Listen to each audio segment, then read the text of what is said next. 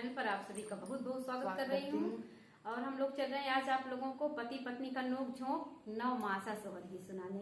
तो आप लोग लास्ट तक गीत को सुनी है तो गीत का आनंद आए आप लोगों के, और जैसन भी लागे तो आप लोग लाइक शेयर सब्सक्राइब कमेंट में जरूर बताइए कैसन लागल।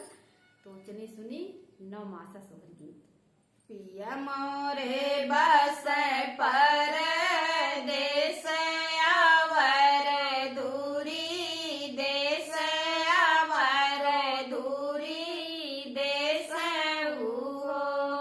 बहनी कैसे कहब दिल के बतिया लगल मास तीसर लगल मास बहनी के से कहब दिल के बतिया लगल मास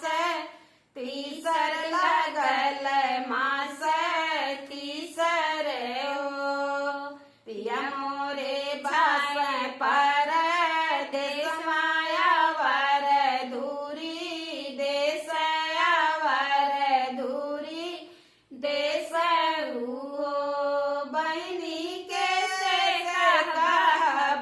दिल का बदिया लगल मास तीसर लगल मास तीसर हो सासु मोरी बसी है नैहर नदी बस सासुर नदी बस सासुर हो बहनी देवर मोरे बाट दान चढ़ल मास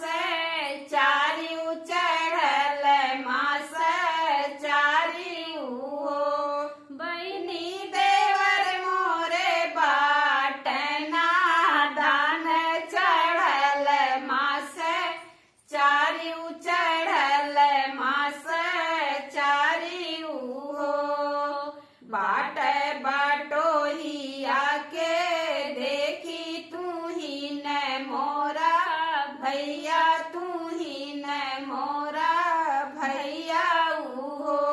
भैया कही देता पिया से खबरिया लगल मास पचा लगल मास पचा हो भैया कही देता पिया से खबरिया लगल मास पचा लगल मास पचाऊ हो जिया मोरा धड़ धड़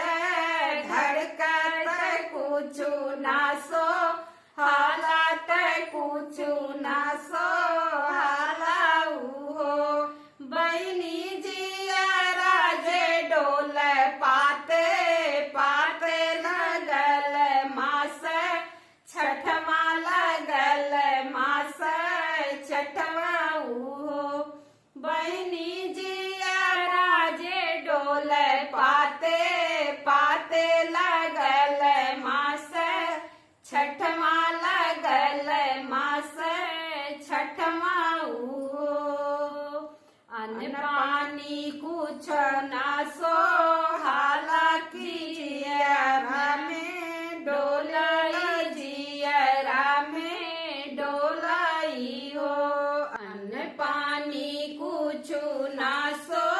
हालाकी जियरा में डोला की जियरा में डोलाई हो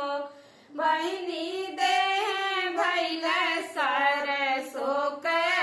फूल लगल मास सतमा लगल मास सतमा हो बहनी देह भैल सरसों के फूल लगल मास सतमा लगल मास सतमा हो गिन गिन मास सही सहब दिन केतना सहब दिन केतना बहनी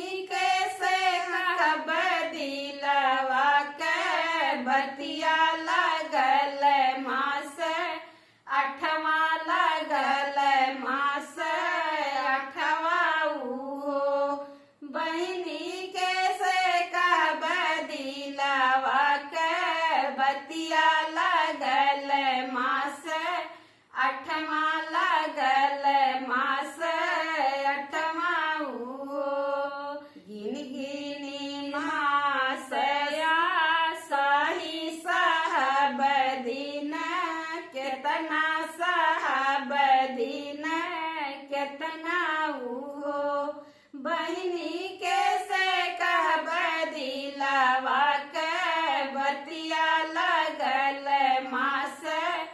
अठवा लगल मास अठवा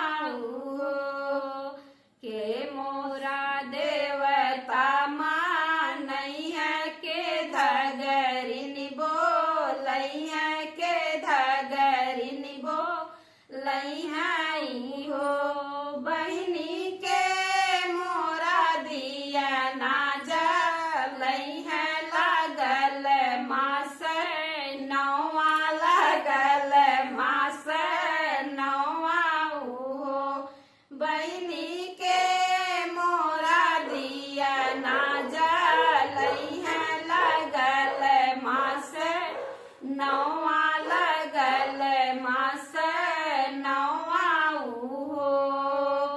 के मोरा देवता मानैया के धगरिन बोलैया के धगरिन बोलैया हो बहनी के मोरा दिया नाम बहनी के